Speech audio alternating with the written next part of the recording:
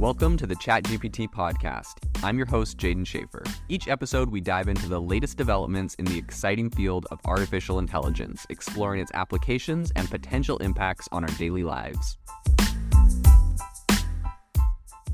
Have you ever wanted to start your own podcast? I record and publish podcasts on a platform called Spotify for Podcasters, and I absolutely love it. Essentially, you can upload from your phone or computer, and it distributes to every platform that plays podcasts. They support video podcasts, and you can make money on the platform with ads or even podcast subscriptions, something that has made my life so much easier as a podcaster. So if you're interested, I highly recommend you give it a try. You can download the Spotify for Podcast app, or go to spotify.com/podcasters to get started on your podcast today. The ChatGPT competitor AI tool, Anthropic, has just announced something massive today. We're going to break down what it means for the industry of AI and what some of the implications are. So the big piece of news they announced today is that they are increasing they're pretty much expanding their context windows from about 40,000 words or characters to 100,000 characters. So the reason, or I guess tokens.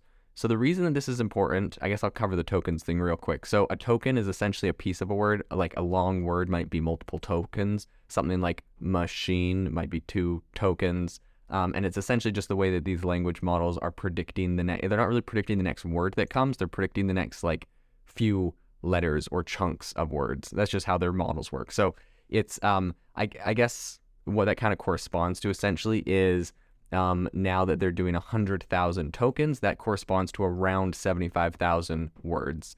But anyways, the reason why this is massively important and is making some really big changes is because now this means that Anthropic can essentially analyze not just, like a chunk of text. You get this with ChatGPT, where like I've implemented it into a bunch of different software tools now. And if the input or the output is too big, ChatGPT is like, sorry, like you just ran out of space pretty much. And the problem is with a lot of these requests, sometimes your request and its response, so what you say to it and what it responds, is all combined. And so if you have a really long request and it's supposed to generate a really long response, it just caps out. It can't do it. So what's really interesting with this is the fact that ChatGPT and GPT-4 specifically announced that they're going to expand to 40,000 tokens. And that was like, oh my gosh, it's huge. That's amazing. This is still in beta. It's, you got to get on a wait list to get it. No one really has access to this. But, and so that like, that's one thing. But this is literally more than double of what this waitlisted feature is. This is insanity. Literally, this means that businesses now can submit like hundreds of pages of materials for Claude, and it can look through, analyze, and the conversations you have with Claude can go on for hours or even days, and it doesn't miss a beat. It's able to use all of the context and all of this data, which is like absolutely phenomenal. And so when I first heard about this, I was like, oh, awesome. Like it can write longer things, I guess. I think honestly what this is going to be used for more than like creating a 75,000 word book is going to be digesting content and analyzing things. And I think people are not thinking enough about what the implications of this are. So I'm going to go over some of those implications because I think they're absolutely massive.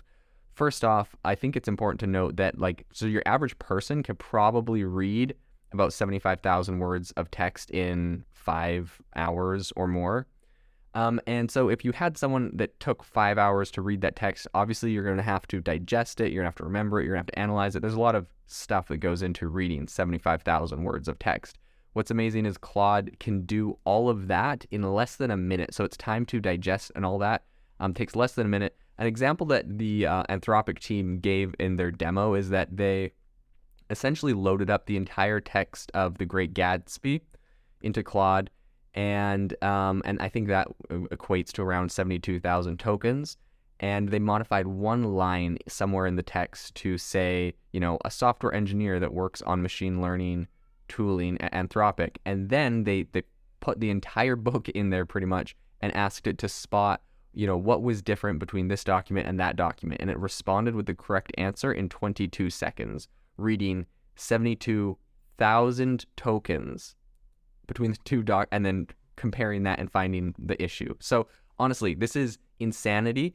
But the implications are not just finding random Easter eggs in books, obviously. I think the implications are going to be, number one, finance. This is massive. They gave another demo where they essentially were able to upload Netflix's 10K document, and they said, from the consolidated balance sheet, please highlight the most important items up to a potential investor and explain their significance. First, make the markdown formatted table or tables with the selected results, and then provide a summary and an analysis of the results. And it did an amazing job in a very small amount of time.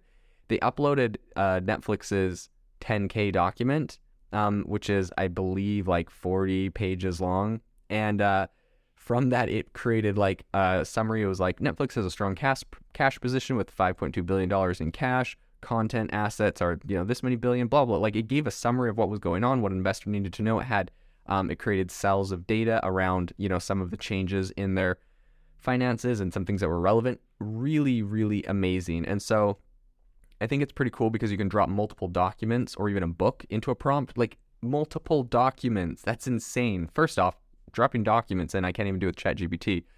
So that's going to be pretty cool. You can ask Claude different questions that essentially require the synthesis of knowledge, the synthesis of knowledge. So across different parts of text. So like, this is really, really amazing if you think about it, because it isn't just two questions and you're saying like, like write an article about X, Y, and Z in this tone and this thing. And it's like, oh man, it's got like 3 different concepts it's got to work with. Like, You're asking those questions for full books, like 100-page document. So I think this is pretty amazing. It's great at following your instructions. In the demo, I haven't actually been able to get my hands on that, so I will have to, spare or hold back judgment until I can actually get that.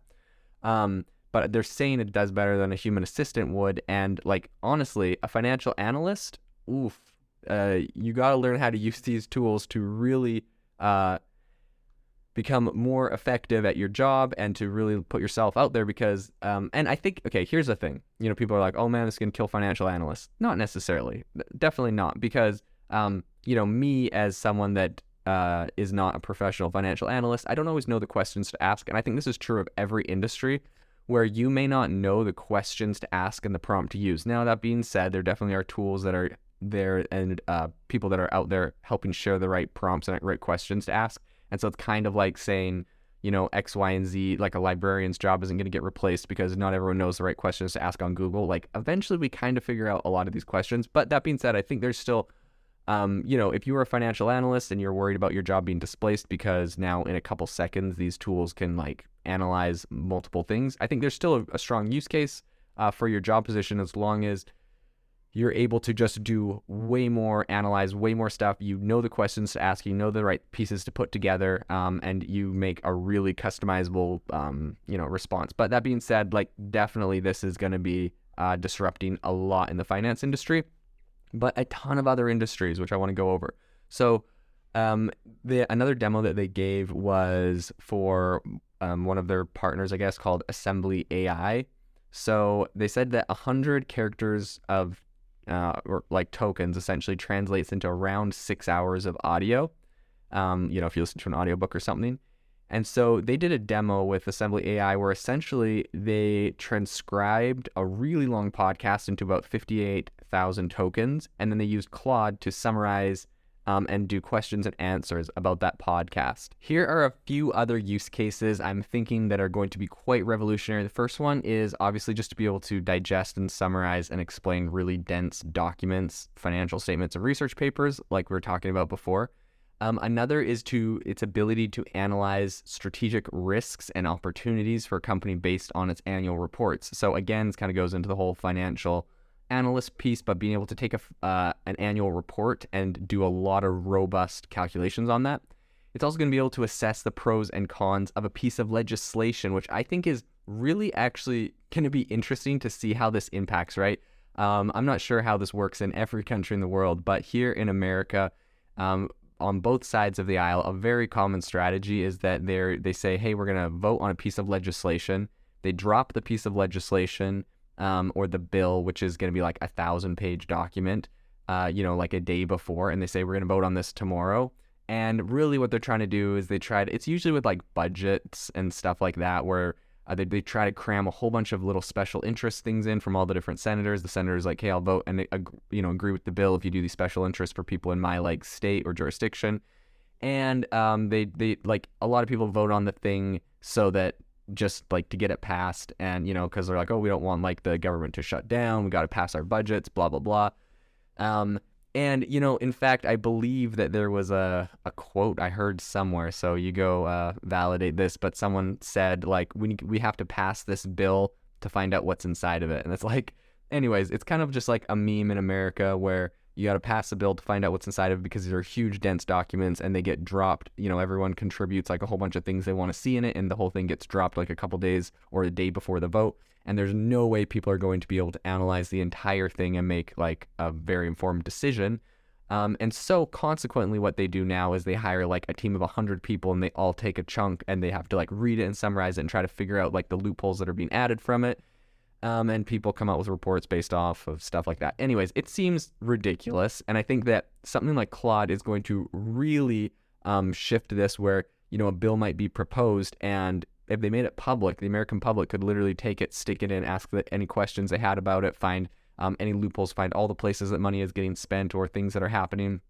And, if they don't make it available to the general public, at least senators and Congress people will be able to do this. But I think it's going to be really powerful to upload that massive document and really assess the pros and cons of that piece of legislation. So I think that's going to be a really big change. Another one is just the ability to identify risks and themes and different forms of arguments across legal documents. So this is going to be massive for law. I think this is going to be really big, just to be able to read through hundreds of pages of developer documentation and surface answers to technical questions. They did a demo where they said they uploaded, first off, they said, hey, what's LangChain? And it said, I don't know what LangChain is. And they said, okay, here is LangChain's API documentation. It's a PDF. They uploaded it as a long PDF. They said, based off this documentation, create a simple demo of LangChain that uses Anthropic's language model.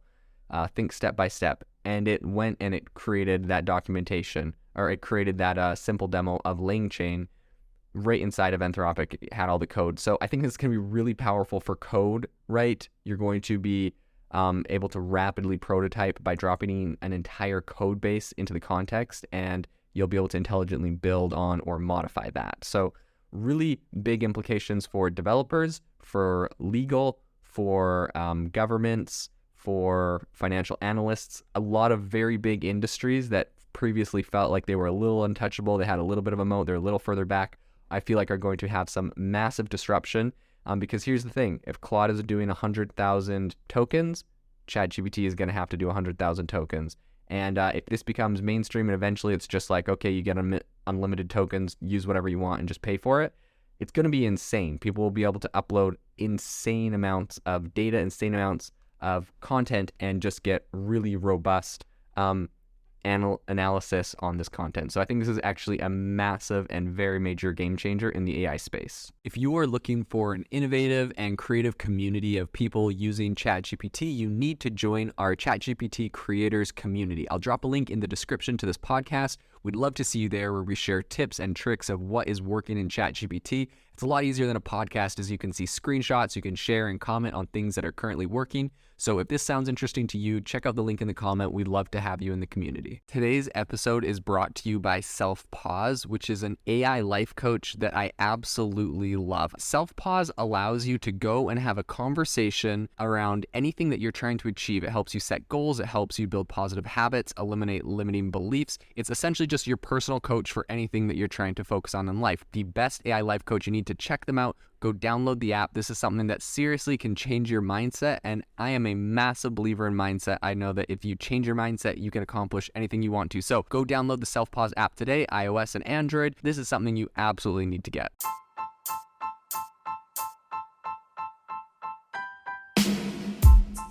You've been listening to the ChatGPT podcast. Make sure to rate us wherever you listen to your podcasts, and have a fantastic week.